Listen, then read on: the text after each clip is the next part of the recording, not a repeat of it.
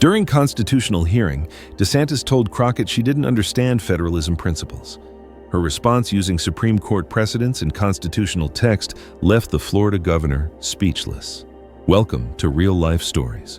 Before we dive into this explosive constitutional confrontation, tell us in the comments which city you're watching from, and if you believe stories like this need to be told, don't forget to hit that subscribe button and like this video, because what you'll learn tonight reveals the clash between state power and federal constitutional authority. The House Judiciary Committee's Constitutional Law Subcommittee had convened a special hearing on federalism and constitutional boundaries in modern governance.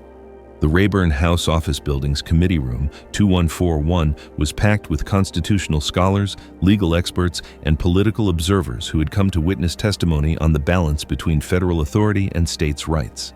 Florida Governor Ron DeSantis, 45, sat at the witness table with the confident bearing that had made him one of the most prominent Republican figures in America. His background as a Yale Law School graduate and former JAG officer gave him confidence in constitutional debates, and his successful governance of Florida had established his reputation as a constitutional conservative who understood federalism principles. Representative Jasmine Crockett, 35, occupied her position on the subcommittee panel with her characteristic preparation and focus. Her experience in constitutional law and federal criminal defense had made her one of the most effective questioners on constitutional matters, but few expected the systematic dismantling that was about to occur. The hearing had been proceeding for 90 minutes, covering topics like federal preemption, the Commerce Clause, and the 10th Amendment. Governor DeSantis had been articulating the conservative position on states' rights with the authority that came from actually governing a large state. But tensions began to emerge when the discussion turned to federal oversight of state laws and the constitutional limits on state authority. DeSantis had been defending Florida's recent legislation on various social issues, arguing that states retained broad authority to govern within their borders. Representative Crockett had been asking pointed questions about the Supremacy Clause and federal constitutional protections that limit state power. Her inquiries were informed by her legal background and her experience with federal constitutional cases.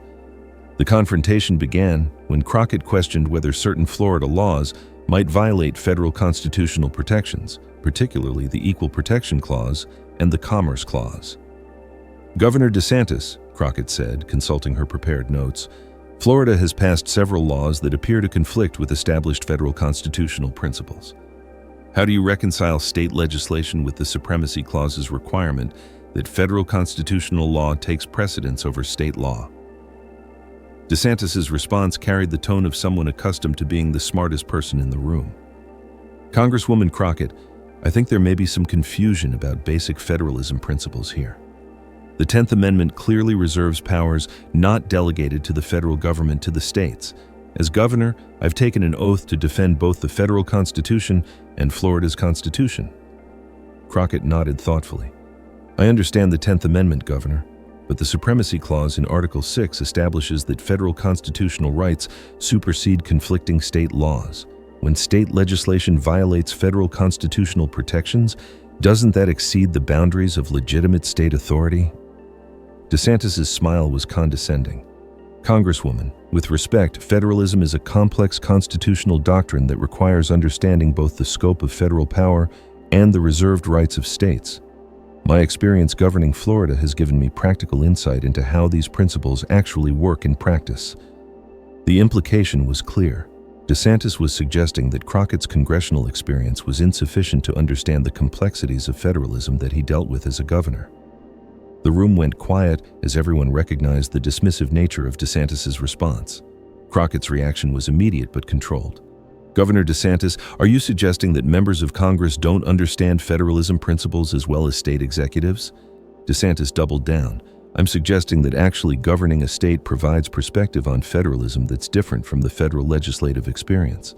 When you're responsible for implementing policy within constitutional boundaries, you develop a deeper appreciation for the balance between federal and state authority. Crockett leaned forward, her voice remaining calm but gaining an edge that commanded attention. Governor, that's an interesting perspective. Let me share some insights from my experience with federal constitutional law that might be relevant to this discussion. She pulled out a thick folder of legal documents. You mentioned your Yale Law School background and JAG experience. I respect that educational foundation, but let me tell you what I've learned about federalism through my work in federal criminal defense and constitutional law. The room was now completely focused on the exchange, recognizing that something significant was developing. Governor DeSantis, you've argued that states retain broad authority under the 10th Amendment, but let's examine what the Supreme Court has actually said about the limits of state power. Crockett consulted her notes. In McCulloch v. Maryland, Chief Justice Marshall established that federal constitutional authority supersedes conflicting state law. The court stated that the government of the Union, though limited in its powers, is supreme within its sphere of action. DeSantis tried to interrupt. Congresswoman, McCulloch dealt with federal banking authority. The principle applies broadly, Governor, Crockett continued smoothly. In Gibbons v. Ogden, the court established that federal authority under the Commerce Clause preempts conflicting state regulation. In Brown v. Board, the court made clear that state laws violating federal constitutional protections are invalid regardless of claimed state authority. She pulled out another document. More recently, in United States v. Windsor, the court struck down state laws that violated federal constitutional protections. The principle is consistent. When state law conflicts with federal constitutional rights, federal authority prevails. DeSantis's confident demeanor was beginning to show cracks. Congresswoman, these cases involve different constitutional questions. They involve the same federalism principles you claim to understand, Governor, Crockett said firmly. Let's discuss your specific legislation and how it relates to established constitutional precedent. Crockett opened another file. Governor, Florida's recent education laws prohibit certain discussions of historical racism, but in Tinker v. Des Moines, the Supreme Court established that students don't shed their constitutional rights to freedom of speech or expression at the schoolhouse gate. How do you reconcile content-based restrictions on educational speech with First Amendment protections? DeSantis attempted to deflect. Those laws protect parental rights and age-appropriate education. Governor, Crockett interrupted. Parental rights don't supersede constitutional protections. In Pierce v. Society of Sisters, the court recognized parental authority over education, but in Wisconsin v. Yoder, the court clarified that parental rights must be balanced against the state's interest and constitutional requirements. State laws that violate First Amendment protections exceed legitimate parental rights doctrine. The constitutional scholars in the gallery were taking extensive notes, recognizing they were witnessing a systematic legal analysis. Crockett continued her methodical approach. Let's discuss Florida's voting legislation. The Supreme Court established in Harper v. Virginia State Board of Elections that voting is a fundamental constitutional right. In Anderson v. Celebrezze, the court applied strict scrutiny to state laws that burden fundamental voting rights. How does Florida's legislation satisfy strict scrutiny analysis for laws that restrict constitutional voting rights? DeSantis looked increasingly uncomfortable. Our voting laws ensure election integrity. Election integrity is a legitimate state interest, Crockett agreed, but in Burdick v. Takushi, the court established that when state laws significantly burden constitutional rights, they must be narrowly drawn to advance a state interest of compelling importance. Governor, do you have empirical evidence that Florida's voting restrictions are narrowly tailored to address documented problems? DeSantis's response was evasive. We have concerns about election security. Concerns, Governor? Or documented evidence? Crockett pressed. In Shelby County v. Holder, Chief Justice Roberts emphasized that restrictions on constitutional rights require strong basis in evidence for their necessity. Speculative concerns don't satisfy strict scrutiny analysis. She pulled out more case law. Furthermore, in Abbott v. Perez, the court noted that when state laws have discriminatory effects on constitutional rights, courts examine whether there's strong basis in evidence to justify the restrictions. Governor, where's your evidence? DeSantis tried a different approach. Congresswoman, federal overreach has exceeded constitutional boundaries. Federal overreach. Crockett's voice carried new intensity. Governor, Congress has explicit constitutional authority under Article 1 to enforce constitutional rights. The 14th Amendment specifically grants Congress power to enforce constitutional protections through appropriate legislation. When we pass voting rights legislation or civil rights protections, we're exercising explicit constitutional authority.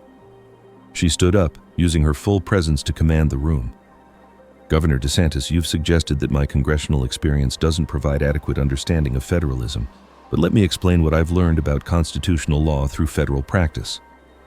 DeSantis sat silent, clearly unprepared for such systematic constitutional analysis. I've represented clients whose constitutional rights were violated by state and local authorities. I've argued federal constitutional protections in courts across multiple states. I've seen how the Supremacy Clause actually works when state law conflicts with federal constitutional rights. Crockett's voice grew stronger. Governor, theoretical understanding of federalism is important, but practical experience with constitutional enforcement gives you different insight. She consulted her final set of notes. You've governed Florida for 6 years, Governor. I've spent 15 years practicing constitutional law in federal courts. In that time, I've seen state laws struck down because they violated federal constitutional protections. I've witnessed how the Supremacy Clause operates when state authority exceeds constitutional boundaries. DeSantis finally attempted a response, but his voice lacked its earlier confidence. Congresswoman, state sovereignty remains important. State sovereignty within constitutional limits, Governor, Crockett replied firmly. The Constitution establishes both federal authority and state authority. But it also establishes clear boundaries. When states exceed those boundaries by violating federal constitutional rights, that's not legitimate state authority. That's constitutional violation. Crockett sat down, but maintained her commanding presence. Governor DeSantis, federalism doesn't mean states can ignore federal constitutional protections. It means states exercise legitimate authority within constitutional boundaries while respecting federal constitutional rights that supersede conflicting state law. The hearing room was completely silent as the implications of Crockett's systematic constitutional analysis became clear. DeSantis had attempted to lecture her on federalism, only to receive a comprehensive lesson on constitutional law from someone with extensive federal constitutional experience. Within hours, constitutional law professors were calling Crockett's response a masterclass in federalism doctrine and constitutional supremacy. Law schools began incorporating the exchange into constitutional law curricula on federal-state relations. DeSantis left the hearing without speaking to media, his attempt to establish constitutional authority having instead highlighted the difference between state political experience and federal constitutional expertise.